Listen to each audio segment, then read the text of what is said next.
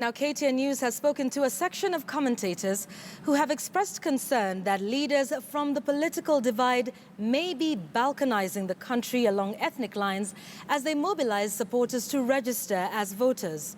Though zoning along party lines based on policy and ideology exists in mature democracies like the United States of America and Britain, the trouble with Kenya is that political parties lack ideology and rally supporters along ethnic lines, a factor that has killed a sense of nationhood and entrenched tribalism. Patrick Amimo examines the subject in our segment Spotlight 2017. Last week, a group of hostile youths chanting pro-opposition slogans thronged the main bus terminus in Bungoma town. These, after word went round that Deputy President William Ruto would make a stop over there en route to Webuye. Ruto was in Western region to encourage locals to register as voters. We've got the political balkanization of the country, so that some section of the politicians are going to this area and others are going to the other area. This, I think, is very unfortunate. And this bridge between the two groups, which are polarized, should be bridged, in my view, by the IEBC. It has to come up to sort of bring them together so that we are mobilizing everybody. So yes, we cannot deny the hard fact that zoning exists in our politics. And that zoning itself, you realize that it is demarcated around tribal or ethnic arithmetic. The danger of it, even at this moment, is that we risk the possibility of having an election that is ethnically charged, hence emotionally charged. Yeah. It is very, very unfortunate, and we should not encourage zoning in this country. Surely we should not encourage zoning, because that zoning is anchored on tribe, unfortunately. But I've seen people across communities supporting leaders who come from communities which are not theirs.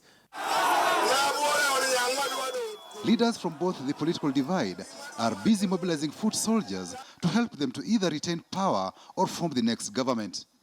Mimi nataka ikifika tarehe 15 mwezi ujao niambie Uhuru ya kwamba mimi niko na tyranny of numbers. We have also witnessed crowds heckle their leaders as they plead with them to enlist as voters.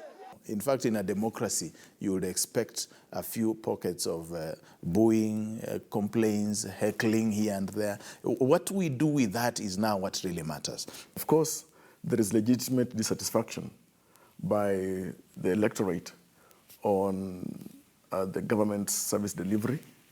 The first 2 weeks of mass voter registration has witnessed politicians engage each other in propaganda and name-calling. We have not seen the opposition, for instance, speaking to how critical their alternative ideas are, as opposed to those of Jubilee, and that it's based on those alternative progressive views that they would want to seek the electorate to support them to form the next government. When it comes to the Jubilee administration on its part, it is missing the boat by the river in its messaging. The Jubilee administration is keenly chastising the opposition instead of telling the people what thus far they have tried to deliver, they have delivered with their mandate of office, going by a review of their manifesto that they used to get into office, and even trying to explain why there exists still a gulf between that which they promised and that which they have not yet done. The mass voter registration, which is the last before the August 8th polls, comes to an end in 2 weeks. Some youths appear to lack interest in what is going on. Mtu mwenye amerejesti kura inafaa pata kila mwisho wa mwezi shilingi 1000 kwa akaunti yake. Tuwezi register kura na tunatoka bure, wanyanya nyumbani wanahangaika bure. But again, in some areas in this country, there is also an anthropological issue, in the sense that people feel like when you are voting for somebody, you are giving them a job and an opportunity to go and enjoy life.